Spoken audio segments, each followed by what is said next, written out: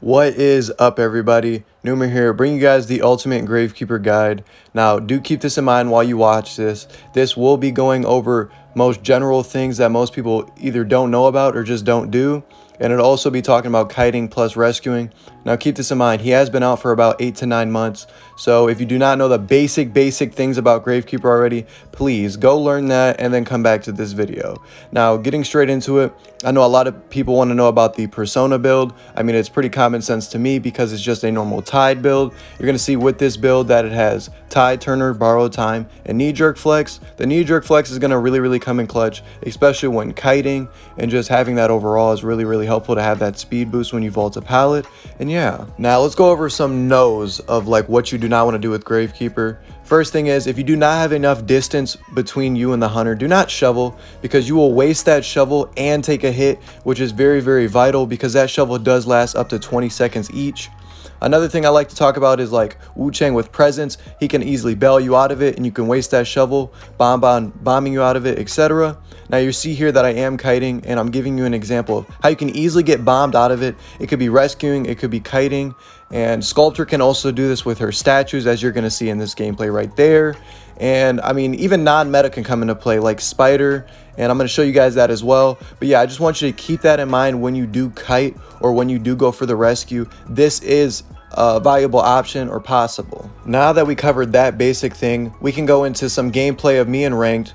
Now, keep this in mind. I am using the shovel to dodge and weave people like Bonbon, Sculptor, the examples I gave you earlier.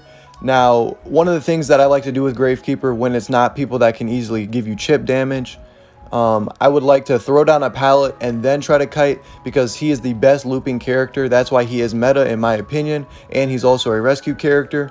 Now you're going to see here that I got bombed out of it, but it ended up working out in my favor.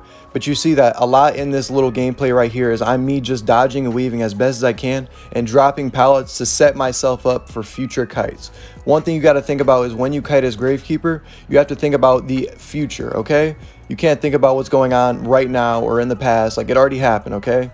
Just keep that in mind. And now another thing I said earlier was that each shovel does last 20 seconds. Obviously you see in this gameplay that we all make mistakes, but since I took that hit, I gave myself enough time to shovel, and the hunter is forced to break the pallets, making your kite extra longer. Now you want this to happen, because if you can do a 3 cipher kite as a rescue character, that is good enough, okay? Because there's only 2 ciphers left, it should work out in your favor, especially with double rescue, even triple rescue. But yeah, Gravekeeper is a option, especially against those people I gave you earlier, like Bonbon, Sculptor, even, you know, little things like Violinist hitting you out of your notes. That can happen, keep that in mind. But I think he best strives when it comes to rescuing. Now, we're going to be going over basement things that you do not want to do. These are no-nos. You do not want the hunter to see you and you drop down using your shovel. It will give him no attack recovery, and you will just instantly get clapped. Obviously, you know, I got lucky there, but this is what you want to do. You want to have him not see you at all. You see him waiting at the stairs, and it gives you that free rescue, okay? Make sure he is not in the line of sight. Now, you see me here going for a rescue. This is stuff you can pull off in ranked. That is possible once you get the basics down with him. You see I make him hit the chair, and this is not even using his ability alone. But you'll start to get confident when you rescue. Now that we went over some of the no's that you do not want to do with Gravekeeper and some of like the more basic things that most people should know about, keep this in mind. I am an S to an A badge Gravekeeper. I always have been since he came out. Like, this is pretty easy for me to rescue. He is meta as well.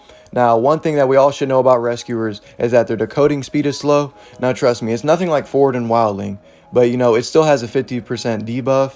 But another thing that is also cool about his shovel is that he gets a 10% increase when he's underground. Like I said, we all should know this if we know about the basics about Gravekeeper. But if you don't, I will inform you. Now, the last thing I want to talk about is his most crucial ability, in my opinion, At Ease. Now, I think this one's most slept on, especially when you're rescuing, because when you do rescue, you pop out of that shovel and you rescue 50% faster for a whole 5 seconds. Now, that can really come in clutch and reduce terror shocks, which is really helpful. I think the last thing that is a huge misconception about Gravekeeper is to use his shovel like a seer owl or a perfumer's perfume. Please do not do this, you guys. If you do need to take that standard hit, take it, because that shovel does last 20 seconds long, and it's not worth to try to use it as a transition kiting. So remember, everybody, take that standard hit so you can make that shovel last. Hopefully you guys did enjoy this guide. If you did, make sure you like. I'm Numer, and I'm out.